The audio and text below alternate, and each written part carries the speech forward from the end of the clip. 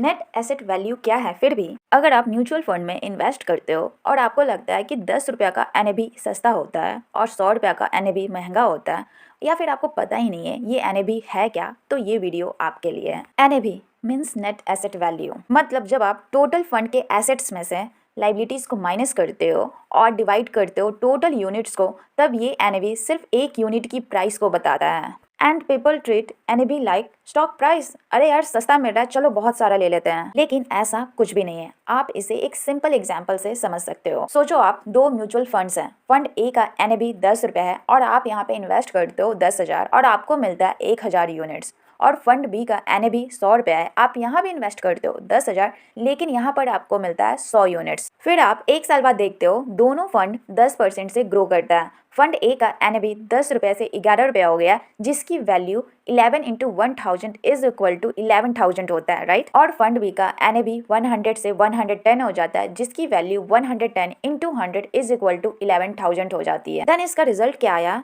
कि दोनों सेम है। वही तो मैं आपको समझाना चाहती हूँ। जब भी कोई नया म्यूचुअल फंड आता है ना, तो यूजुअली एनएबी 10 रुपये होता है और फिर जैसे जैसे फंड ग्रो करता है वैसे वैसे एनएबी इंक्रीज करता है। और ये नेट एसेट वैल्यू सिर्फ आपको फंड की एज और ग्रोथ बताता है। अगर आप सच में इन्वेस्ट करना चाहते हो या फिर कुछ चेक करना चाहते हो तो आप चेक करो ना, फंड परफॉर्मेंस क्या है लॉन्ग टर्म का, एक्सपेंस रेशियो इनका क्या है, फंड मैनेजर का ट्रैक रिकॉर्ड क्या है, रिस्क लेवल इनका क्या है, कैटेगरी देखो, इक्विटी डेट ये सब का। और हाँ, रियलिटी चेक ये है, 10 रुपये देखकर आप एक्साइटेड मत हो जाना। इन्वेस्ट करना ही है तो नॉलेज के साथ करना आप।